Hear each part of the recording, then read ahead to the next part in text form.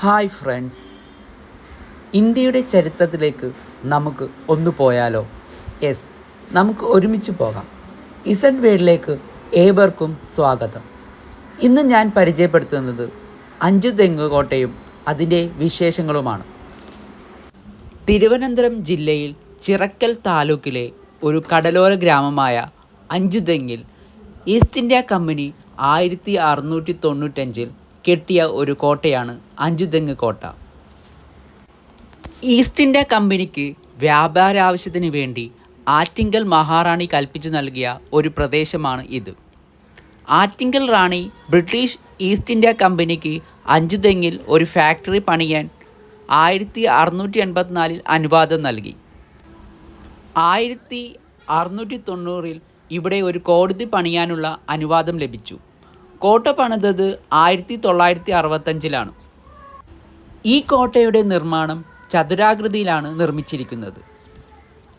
ശിലാഫലകങ്ങളോട് കൂടിയ ധാരാളം കല്ലറകൾ കോട്ടയോട് ചേർന്നുണ്ടായിരുന്നു. അവയിൽ ഏറ്റവും പഴയത് 1704 നിർമ്മിച്ചതാണ്. ഒരു ഫലകത്തിൽ ഇങ്ങനെ രേഖപ്പെടുത്തിയിരിക്കുന്നു: അഞ്ചുതെങ്ങിലെ കമാൻഡറായ ജോൺ ബാബോണിൻ്റെ പത്നി ബോക്ക് ഇവിടെ അന്ത്യവിശ്രമം കൊള്ളുന്നു. അവരുടെ ജനനത്തീയതി 1678 നവംബർ 4 എന്നും മരണദിവസം 1704 എന്നും രേഖപ്പെടുത്തിയിരിക്കുന്നത് കാണാൻ കഴിയും.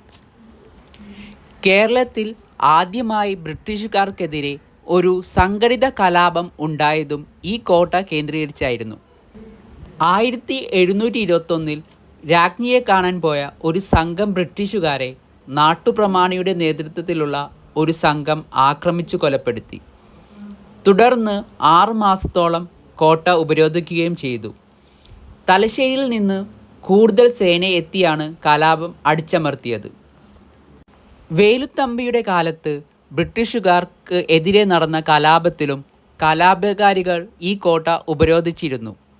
1810 ബ്രിട്ടീഷ് റെസിഡൻ്റായിരുന്ന മെക്കാളോ കോട്ട തിരിച്ചുപിടിക്കുകയും 1813 കോട്ടയിലെ പ്രവർത്തനങ്ങൾ അവസാനിപ്പിക്കുകയും ചെയ്തു.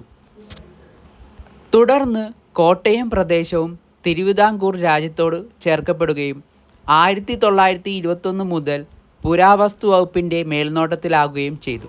ഈ കോട്ട പ്രധാനമായി ഉപയോഗിച്ചിരുന്നത് ഇംഗ്ലണ്ടിൽ നിന്ന് വരുന്ന കപ്പലുകൾക്ക് സിഗ്നൽ നൽകാൻ വേണ്ടിയാണ്.